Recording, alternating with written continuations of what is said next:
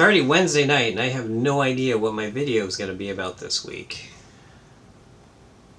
I'll just have to brainstorm something.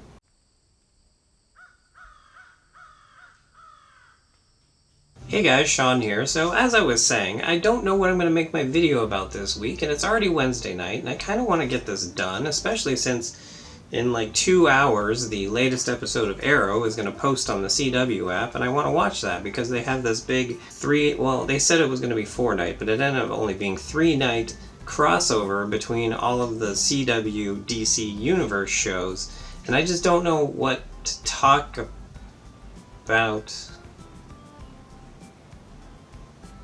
Or do I? We are currently living in a really crazy comic book superhero renaissance, but it has nothing to do with comic books. It's because of movies and TV shows. Obviously, this isn't anything new. There's been animated adaptations of comic book characters on television since the 60s. But that's not what I want to talk about this week. I want to talk about live action stuff. And more specifically, I want to talk about live action television, because obviously live action movies, they've been pretty consistent over the years. I mean, there was the Batman movies in the 80s and 90s, and the Superman movies in the 80s, and in the early 2000s there was the beginnings of the Marvel stuff. There was Blade and Spider-Man and X-Men, and of course now the Marvel Cinematic Universe is the biggest thing every year, to the point that it has its own spin-off television universe. But while I always have preferred Marvel comics, I actually want to talk about DC's television. Of course, when talking about DC Comics on television, the first thing you have to mention is, of course, this. The Batman 66 television series starring Adam West and Burt Ward. This is a really great set, and if you can get it, I highly recommend it. It comes with the Hot Wheel of the Batmobile, and it comes with the entire series, and if you press this button,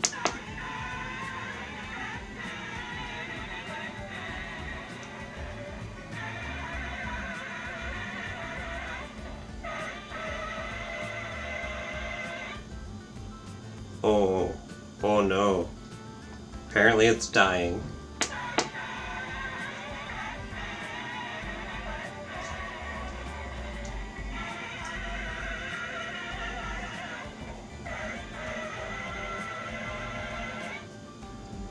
Well, other than that horror, it is still a really great set. There's some playing cards in here too. I'm gonna go ahead and put this down. Of course, the second thing that comes to mind when thinking of DC live-action television series is this.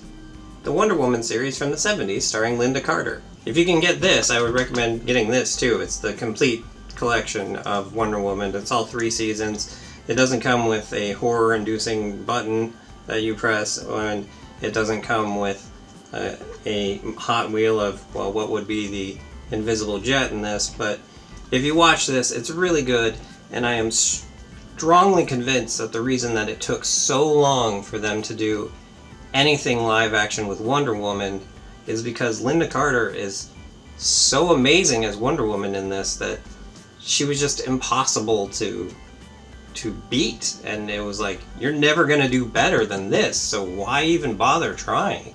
After the 70s, there's only really 3 other live-action DC shows I can think of that were on before the 2000s, and that is, there was a syndicated Superboy show, which I think was on for 2 seasons, and then of course Lois and Clark, which was on ABC, and that was on for like 3 or 4 seasons, and then there was the live-action Flash, which I watched every episode of, because the Flash is my favorite DC character. Unfortunately, CBS put it on Thursday nights, and at that same time, Fox put The Simpsons on Thursday night opposite of it, and, well, we know what happened there. So in all honesty, all these shows, they didn't really last all that long. I mean, Batman 66 was only on for like 3 seasons, and Wonder Woman's only on for like 3 seasons, and Lois and Clark, as I said, was only on for like 3 or 4. Flash was only 1, and Superboy was only 2. Hey guys, Editing Sean here. So we decided after shooting this to do a little bit of research on this, and so we went to IMDb and looked up Superboy. Turns out it was actually on for 4 seasons. So that's pretty amazing for a show you've never even heard of, or never even knew existed. Just a little interesting thought.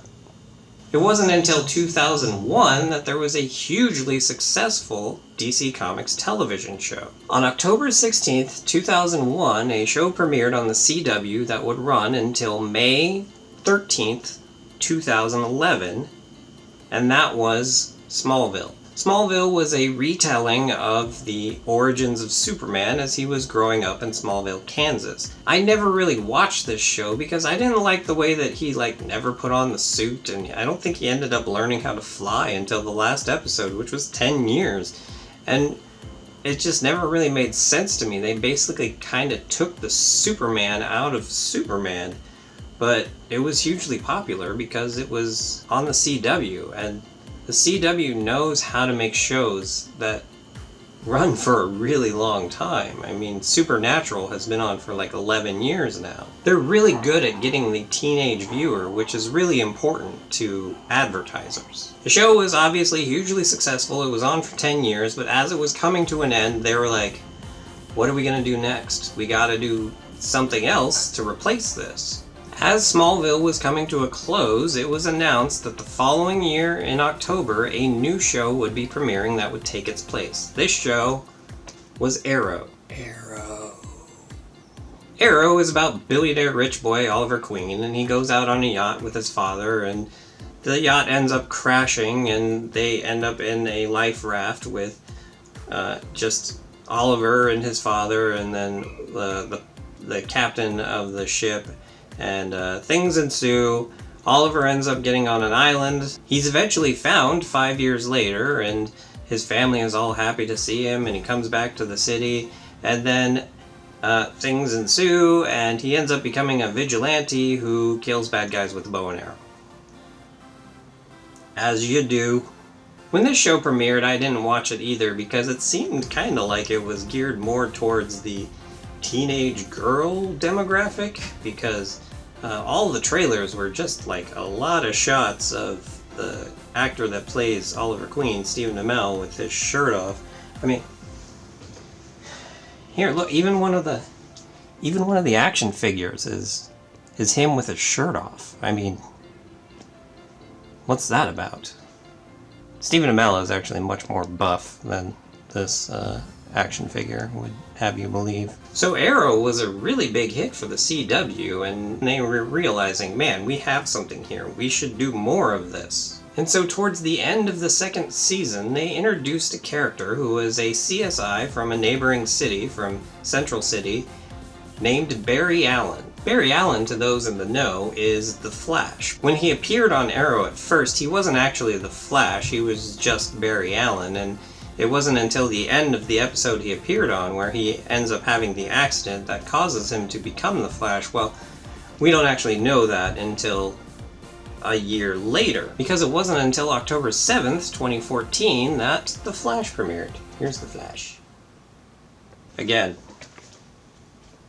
shirtless Arrow on the back. I don't actually have the shirtless Arrow figure, I'm sorry to disappoint. This is actually where I got onto it, because I was like, ooh, The Flash, I love The Flash, I will watch a Flash TV series. I loved the 90s Flash TV series, even though it was only a season long, so I will definitely watch a Flash TV series. So I watched the pilot episode, and there's a scene where he runs to, I believe it was Starling City still at that time, and he talks to the Green Arrow, who was just the Arrow at that point, and he's like, what should I do? I've been given these powers, what should I do? And the Arrow is like, you gotta help people. You've been given this powers.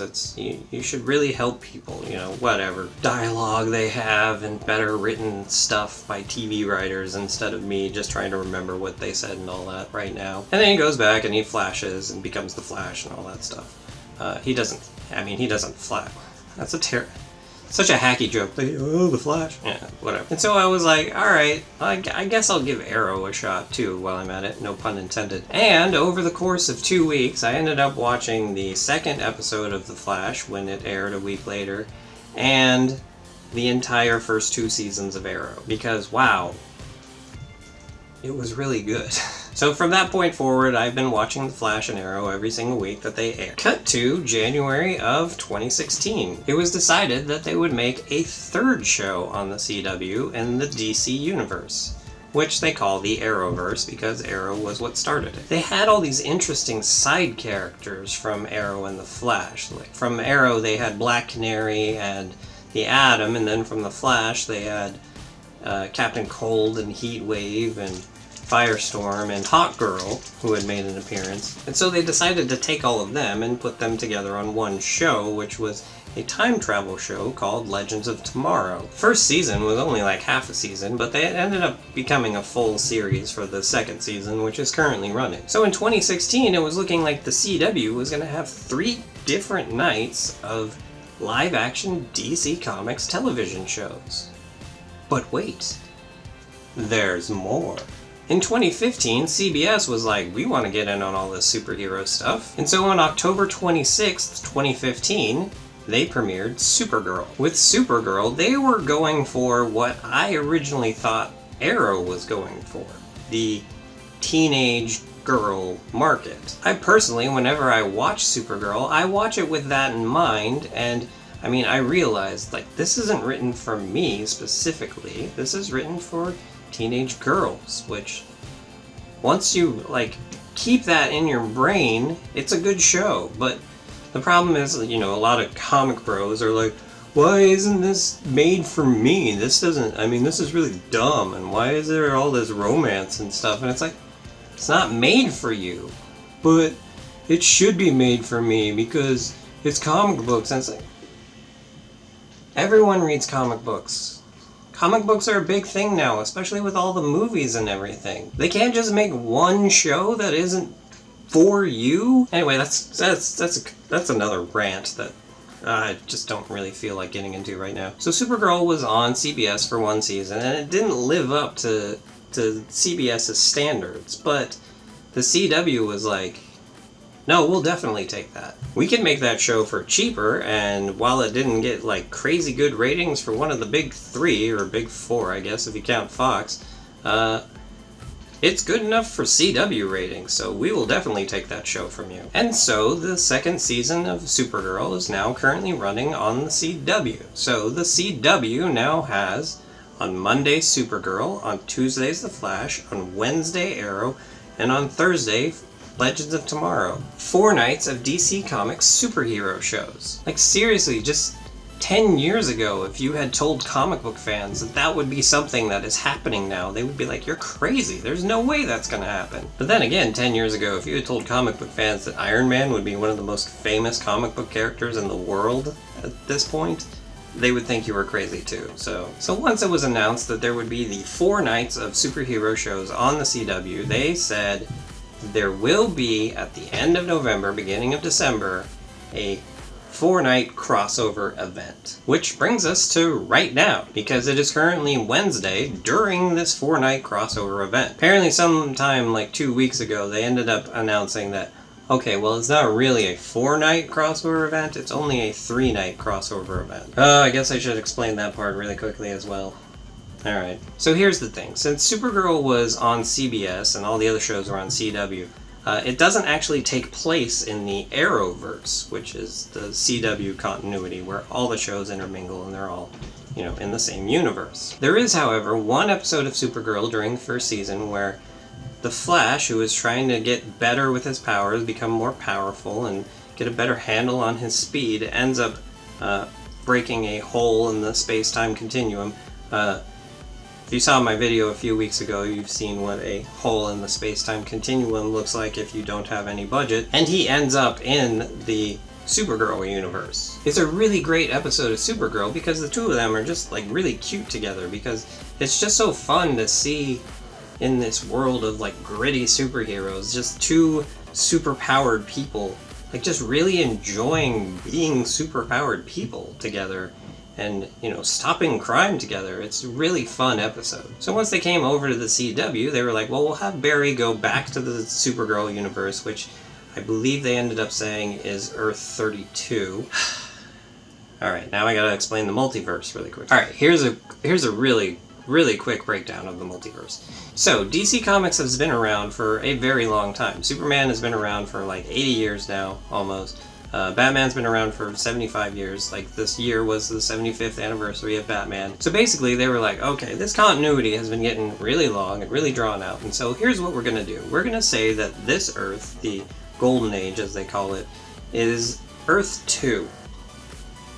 And now we're going to start making stories in Earth 1 or Earth Prime. And this is something that has kind of continued on through the entire history of DC Comics, where they're like, okay, let's reboot everything and we'll make a new Earth. And so there's a multiverse of all these different universes with different Earths. They're slightly different. If you've ever watched the show Sliders, it's that. If you haven't watched the show Sliders, I believe it's on Netflix. You should watch it up until the 3rd season when it becomes crap. So that's basically it. There's multiple Earths. Multiple dimensions, multiple universes, all that. Supergirl is on Earth 32. Since they kind of discover the multiverses on the Arrowverse is considered Earth Prime because ego. I'm sure if we discovered alternate dimensions and different Earths, we'd be like, okay, we're Earth 1, obviously. In fact, when they go to Earth 2 in The Flash, that one of the characters from Earth 2 does make that joke that he's like, to me, you're Earth 2. So anyway, on this week's episode of Supergirl, it really had nothing to do with the big crossover, but there were a few times in the episode where a rupture would open and it was like, what's going on? And then at the end of the episode, Barry and Cisco, who is another character from The Flash, show up in Kara, who is Supergirl's apartment, and they're like, hey, we need your help, come with us. And then it was like, to be continued on The Flash. So, cut to last night, Tuesday night, The Flash. So, in the episode of The Flash that aired last night, Barry is having his normal banter with Team Flash, and it's all dramatic and all that because it's a CW show, so there's got to be a lot of drama involved. Even if it is a superhero show, there's still lots of drama. And so then meteorite falls from the sky, he runs to check out what it is, it ends up that it's a spaceship, and then aliens come running out, and he's like, oh my god, aliens, because in Earth 1 there hasn't been aliens yet, and the only alien he's met was Supergirl when he went to Earth 32, and no one else has met aliens, so they're like, what the heck is going on? And so they end up running into one of the characters from Arrow. His wife is the head of a super secret, almost like S.H.I.E.L.D. from the Marvel Universe, but it's not S.H.I.E.L.D. in the Arrowverse because that would be copyright infringement. And so then she's like, yeah, we've known about aliens since the 50s, but you know what, the government will take care of this, don't worry about it. And he's like, that's not going to work for me. So he ends up going to Starling City and getting the Arrow and Speedy, who is the Arrow's sister, which that's a whole other thing. And then they're like, okay, let's get the Legends as well in on this. And so they end up contacting the Legends, and then they go to this hangar that ends up looking like the Hall of Justice from the Super Friends, which is amazing. And then he's like, you know what, I'm going to go get one other person. And so he and Cisco, who is his one of his members of Team Flash, they end up going to Earth 32 and getting Supergirl, and then they're like, okay, Supergirl's here. And they're like, well, who's Supergirl? And he's like, she's an alien. And that's great. Oh, great. And so then they end up training against Supergirl to help defeat the aliens, and unfortunately, when they end up going to attack the aliens then end up taking over everyone except for Arrow and the Flash, and then they have to end up fighting everyone, and then they end up breaking their mind wave, and then at the end of the episode, everyone gets abducted except for, well, I don't think it's everyone, it's just the Arrow and Diggle, who is the Arrow's partner, and his sister, basically everyone from Arrow. They end up getting abducted up into the spaceship, and then that leads into Arrow. I was so close to doing that all in one rant. And that leads us to Arrow, which is airing right now, I believe. And it won't be on the CW app until probably another hour. So, some sort of transition? Okay, night 3, technically night 2. Ignore the Marvel getup, it just so happens to be what I wore today. So they actually ended up planning this super crossover event to coincide with a very special episode of Arrow, the 100th episode. It was kind of weird that they decided to have the 100th episode of Arrow revolve around aliens, since Arrow is the one of the 4 shows that is more grounded in reality. See, each of the 4 shows has the thing that they're based on. Supergirl is aliens, Flash is metahumans, which is humans with superpowers. Arrow is reality-based, like Batman would be, and Legends of Tomorrow is all time travel based. But the way they did it was really creative, because at the end of The Flash, 5 of the characters from Arrow, well, actually 3 of the characters from Arrow currently, and then 2 that started on Arrow and then moved over to Legends of Tomorrow when that show premiered. So I'm talking about Oliver Queen, his sister Thea Queen, and then John Diggle, who was Oliver Queen's bodyguard and then ended up becoming his partner in vigilantism, and then Sarah Lance, who was the original Black Canary, and then she ended up dying and then being resurrected, because that's what happens in comics. And then she is actually the sister of the second Black Canary, who ended up dying and probably won't get resurrected because comics. And then, spoilers, and then Ray Palmer, who is the Atom, who is basically like Iron Man and Ant-Man mixed together. And ironically, is played by Brandon Routh, so he's technically Iron Man and Ant-Man and Superman mixed together. But anyway, the 5 of them, they're trapped on an alien spaceship, and as they have them in stasis on this alien spaceship, they have them in a Matrix-like simulation where they are showing them their perfect life, like what they had always wished their life would be. Basically, all the bad stuff that happened through the first 99 episodes of Arrow have not happened, and they're all happy and everything is great, but they start having flashbacks of everything that has happened over the last 100 episodes. And so they start to realize this isn't right. This isn't be how it is. This just doesn't feel right. While this is going on up here, down here on Earth, the rest of Team Arrow, who consists of Felicity Smoke, who is the brains behind the operation, she's the computer hacker, she's able to find out all the crimes that are happening at the time and reroute people to where they need to go and all that. And then there is Ragman, who is the only character on Arrow currently that has superpowers, and he basically has these enchanted rags that he can use. Well, he has like mind control over them, and he's able to like manipulate them. It's weird, it makes no sense. And then there's Mad Dog, who is basically just a vigilante that wears a hockey mask and shoots people. And then there's Mr. Terrific, who is a ex-Olympic athlete and is super smart as well. And then there is, oh, that's it, because there is also Artemis, but she wasn't in this episode for reasons that should be explained next week, and was kind of explained at the end of last week. So that has nothing to do with this episode. And so then Felicity brings in Cisco Ramon from Team Flash because, well, crossover, and they need to find out how to find where the missing people from Team Arrow are, and so they end up having a tracking device sort of thing that Mr. Terrific had made, and then they have a part of the ship that had dropped in Central City on the Flash, and then they're like, okay, let's analyze it, but then it ends up exploding, and then they're like, oh no, we need something to regulate this power. So there is a company somewhere in the city that had made a regulator that would really help, but unfortunately it was stolen like a few weeks ago by a crazed cybernetic woman, so they need to track her down and stop her, but she has like lightning powers, and so Felicity is like, okay, well, Team Arrow, you guys are all like human, so you can't really deal with this, so I'm going to call in some people. And then Mad Dog is like, oh no, I don't want to call in people, I can do this myself, because I'm good and I'm tough and I'm brave. And then she's like, no, that's not going to work. And so she calls in the Flash and Supergirl, and they come in, and then it turns out the Mad Dog is like all like prejudiced towards superpowered people, because of course someone has to be prejudiced towards superpowered people in order to bring up the drama.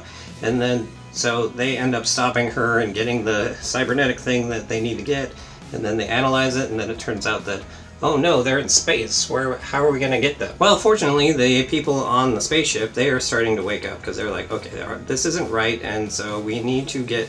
in downtown Star City, there is a Smoke Industries building, which is a company that was started by Felicity Smoke, although she never actually started it. And they're like, okay, so we should probably get to that building, because there's something probably up with that building, because we know that shouldn't exist. And so they start heading out to the building, and all of Oliver Queen's old enemies show up and start attacking them. And so then it's like kind of a greatest hits of the past 99 episodes, and they have this big fight. And then finally they all wake up and they're like, oh no, we're on a spaceship, what are we going to do? And so they start going around the spaceship, and they're like, okay, well, we'll find our way out of here. Eventually they find a dropship within the spaceship, and they get into it, and they start falling out into space, and they're like, okay, how do we pilot this? And then they start piloting it, and then a bunch of other spaceships start coming down and shooting at them, and they're like, oh no, what are we going to do? And then at that moment, the Wave Rider, which is the time ship from the Legends of Tomorrow, ends up picking them up, and then they're like, okay, good, we're safe, but what is going to happen now? And then they find out that the big plan of the aliens, and I can't exactly remember what that is right now, but whatever. And then it's to be continued on Legends of Tomorrow. Anyway, Legends of Tomorrow, that is tonight. Actually, it should be on the CW app right now, so I'm gonna have to go and watch that, and then I will probably record the remainder of what happened tomorrow. Transition.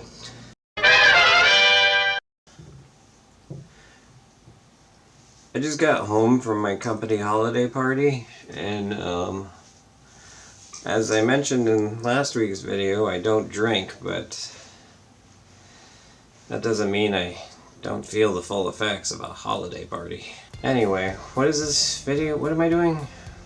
Alright, the crossover. So, Night 3, Legends of Tomorrow. Well, basically, it turns out that the reason that the aliens are attacking Earth is because they feel that the metahumans who have recently been showing up around Earth because of the particle accelerator that exploded in the first episode of The Flash is actually what ended up giving The Flash all of his powers, and a majority of the metahumans all of their powers. They feel like they are going to eventually be a threat to them, being the aliens. And so this is why they are coming to Earth, to stop everyone, especially after Barry, the Flash, has actually had gone back in time and changed time, which is kind of a big overarching thing that is being addressed during this entire season. And so that is why they are really feeling like he is the most dangerous of all of them. And so they just want... They're like, look, give us the Flash and then we'll leave, and that's it. And so of course Barry's like, okay, I will go with them, because that is, you know, I'm a stand-up guy. I will sacrifice myself for everyone else. And then of course all the other guys are like, no, we're not going to let you do that. At the same time, Commander Steel, Vixen, and Heatwave, along with Cisco and Felicity, go back in time because the aliens had actually visited once before in 1950, and so they're going to go back to then and see if they can actually capture one of the aliens and then talk to them, find out what it is that they're doing and all that, and that's what they do. And then they decide, because the government is torturing the alien, that they're going to set him free, but that actually ends up causing a rift in time in a way, and changing the outcome of time. And so then basically things happen. It gets down to the final battle. Professor Stein, who is one half of Firestorm, he and his now daughter, who he didn't have before, but because of a interaction that he had with himself in the past, he has now gotten a daughter. He and his daughter end up making some nanotechnology that they can use on the aliens to hurt them, and as they're fighting, Flash runs around and sticks this nanotechnology on all of the aliens, and then he runs across country, and Supergirl flies across country and puts the nanotechnology on all the aliens, and then they end up turning it all on, and they're all in pain and very, very freaked out by it. And then the aliens, they take off into space, and they're like, okay, we're done here. And so that was it, the 3-night extravaganza of the DC CW shows.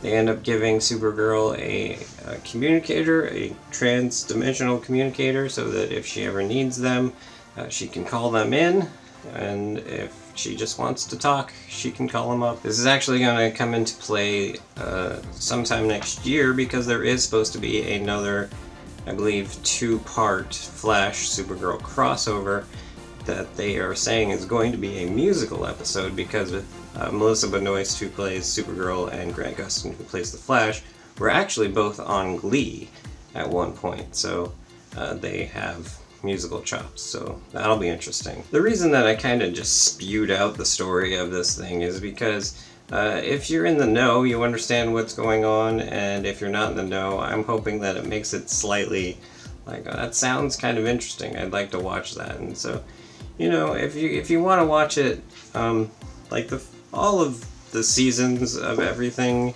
are on Netflix up until what is currently, you know, being put out. And actually, the CW made a deal with Netflix to where when this current season ends, it will instantly go on Netflix at the end of the season. One of the main reasons that Supergirl wasn't a part of this overall thing, like the episode of Supergirl that was on Monday wasn't a part of it, is because that was actually the mid-season finale. It's something they do on the CW where they have mid-season finales. They're gonna now take off like 3 months until the shows come back. So yeah, Supergirls was on Monday, and then next week is going to be the other 3 shows, mid-season finales. So yeah, the CW, DC shows, they're all great. I really enjoy them. I think you should watch them. I really don't have much else to say about it because there's really not much else one can say about it. Watch the shows, they're really great. I enjoy them, you would enjoy them too. And speaking of watching things, thank you for watching my video. If you liked it, go ahead and hit the like button. If you'd like to see more, go ahead and hit the subscribe button. If you'd like to support me in whatever it is that you call this what I'm doing, go ahead and go to my Patreon and feel free to sign up for my Patreon. And with that, have a good however long it is until you watch my next video.